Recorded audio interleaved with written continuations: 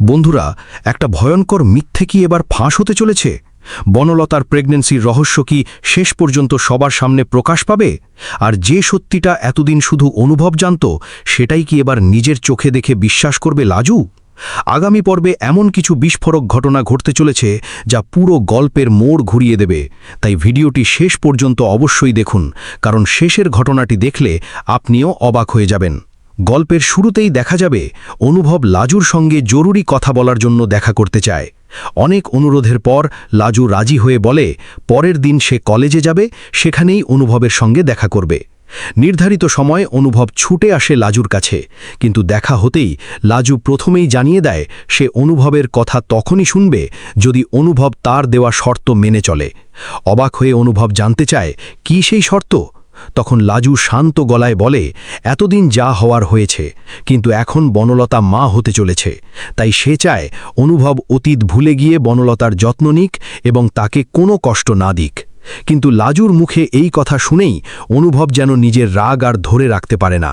সে স্পষ্ট ভাষায় বলে, লাজু, তুমি খুব বড় ভুল করছো। বনলতা মোটেও প্রেগন্যান্ট নয়। ও যা বলছে সবটাই একটা সাজানো নাটক, আর এই নাটকের আড়ালে লুকিয়ে আছে ভয়ঙ্কর একটা উদ্দেশ্য। অনুভবের মুখে এমন অভিযোগ শুনে লাজু ভীষণ ক্ষুব্ধ হয়ে যায়। সে বলে, একজন মেয়ের মাতৃত্ব নিয়ে এভাবে অপমানজনক কথা বলতে তোমার লজ্জা করে না? তুমি কিভাবে এমন অভিযোগ করতে পারো? কিন্তু অনুভব বারবার বোঝানোর চেষ্টা করে সে কোনো মিথ্যে বলছে না। সে দৃঢ়ভাবে জানায় বনলতা কখনোই প্রেগন্যান্ট হতে পারে না, এবং তার কাছে এমন কারণ আছে যা তাকে এই সত্যের ব্যাপারে সম্পূর্ণ নিশ্চিত করেছে। তবুও লাজু কিছুতেই বিশ্বাস করতে রাজি হয় না। সে মনে করে অনুভব শুধু বনলতাকে ছোট করার জন্য এসব বলছে। রাগে ক্ষোভে সে সেখান থেকে চলে যায়, আর অনুভব অসহায়ের মতো তাকিয়ে থাকে। অন্যদিকে দেখা যায় বনলতা নিজের বাপের বাড়ি যাওয়ার জন্য ব্যাগ গোছাচ্ছে। ঠিক তখনই সেখানে উপস্থিত হয় অনুভব। সে স্বাভাবিক ভঙ্গিতে জানতে চায় হঠাৎ করে বাপের বাড়ি যাওয়ার কি প্রয়োজন। বনলতা জানায় বাবা নাকি সুখবর শুনে খুবই আনন্দিত, তাই তাকে দেখতে চাইছেন। তখন অনুভব হঠাৎ করেই প্রসঙ্গ ঘুরিয়ে ডাক্তারের দেওয়া মেডিকেল টেস্টের কথা তোলে। সে জানতে চায় সেই টেস্টগুলো কবে করানো হবে। প্রশ্নটা শুনেই বনলতা স্পষ্টভাবে অস্বস্তিতে পড়ে যায়। সে কথার উত্তর ঘুরিয়ে দিতে চায়, কিন্তু অনুভব এবার জানিয়ে দেয় সে নিজে বনলতার সঙ্গে হাসপাতালে যাবে এবং নিজের চোখের সামনে সব পরীক্ষা করাবে। এই কথা শুনেই বনলতার মুখের রং বদলে যায়। সে তড়িঘড়ি করে নানা অজুহাত দিতে শুরু করে, বলে এখন যাওয়ার দরকার নেই, পরে করা যাবে। কিন্তু অনুভবের সন্দেহ তখন আরও গভীর হয়ে যায়। সে মনে মনে বলে বনলতা নিশ্চয়ই বড় কিছু লুকিয়ে রাখছে, কারণ তাদের সম্পর্কের বাস্তবতা সে নিজে জানে, তাই এই প্রেগন্যান্সির দাবি কোনোভাবেই সত্যি হতে পারে না। এদিকে লাজু নিজের ঘরে বসে ভীষণ অস্থির হয়ে পড়ে। সে ভাবতে থাকে অনুভব এত দৃঢ়ভাবে কেন বলছে যে বনলতা প্রেগন্যান্ট নয়? একজন মানুষ কি এত বড় অভিযোগ প্রমাণ ছাড়া করতে পারে? আবার অন্যদিকে বনলতা তো সব সময় নিজেকে নির্দোষ প্রমাণ করার চেষ্টা করেছে। এই দুই বিপরীত সত্যের মাঝে দাঁড়িয়ে লাজুর মন ভেঙে যেতে থাকে। সে বুঝতে পারে না কাকে বিশ্বাস করবে। অনেক কষ্টে তার চোখে জল চলে আসে। ঠিক সেই সময় রাতে অনুভবের জন্য শরবত নিয়ে গেলে অনুভব আবারও একই কথা বলে, বনলতা অভিনয় করছে।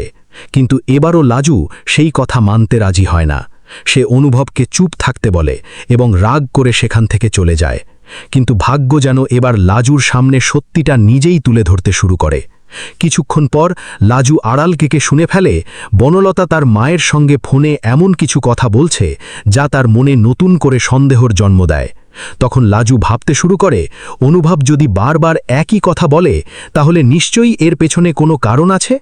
অনুভব তো তার জন্য বহুবার নিজের স্বার্থ ত্যাগ করেছে, তাহলে অন্তত একবার কি তার কথাটা যাচাই করে দেখা উচিত নয়? এই প্রশ্নই লাজুকে সারা রাত ভাবিয়ে তোলে। পরের দিন আর দেরি না করে লাজু সোজা কলেজে গিয়ে ডাক্তারের সঙ্গে দেখা করে। সে খুব স্বাভাবিকভাবে জানতে চায় বনলতা কত মাসের প্রেগন্যান্ট। কিন্তু ডাক্তার বিস্মিত হয়ে বলেন, লাজুবন্তী, তুমি কি বলছো?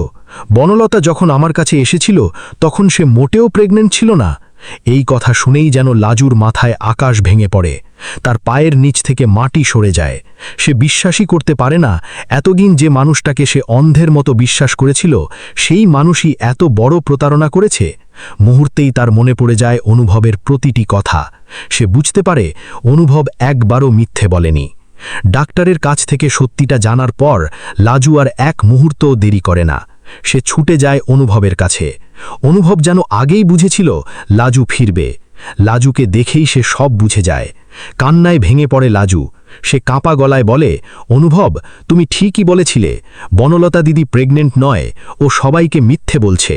তখন অনুভব শান্তভাবে জানায় সে প্রথম থেকেই জানত বনলতা তাকে ফাঁসানোর জন্য এই নাটক সাজিয়েছে, কারণ এমন কোনো সম্পর্কই তাদের মধ্যে তৈরি হয়নি যাতে বনলতা মা হতে পারে। সবটাই ছিল লাজুকে তার জীবন থেকে সরিয়ে দেওয়ার একটা ভয়ঙ্কর ষড়যন্ত্র। এই সত্য জানার পর লাজু নিজের ওপরই রাগ করতে থাকে। সে বলে, একটা মানুষ এত নিচে কিভাবে নামতে পারে?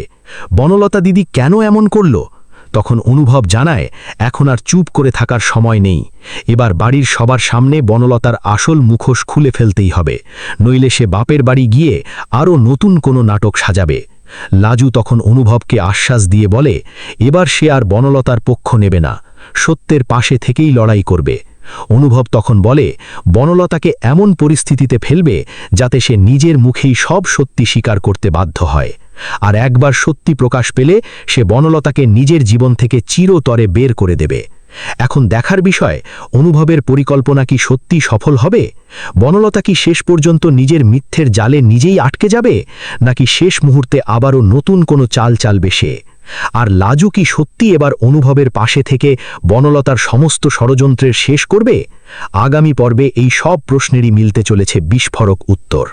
তো বন্ধুরা, আপনাদের কি মনে হয়, অনুভব আর লাজু কি সত্যি বনলতার মুখোশ সবার সামনে খুলে দিতে পারবে, নাকি বনলতা আবারও নতুন কোনো চক্রান্ত করে সবাইকে অবাক করে দেবে?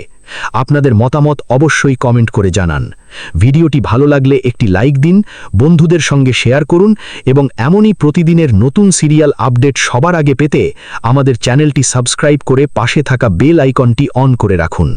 দেখা হবে পরবর্তী ভিডিওতে। সবাই ভালো থাকবেন। ধন্যবাদ।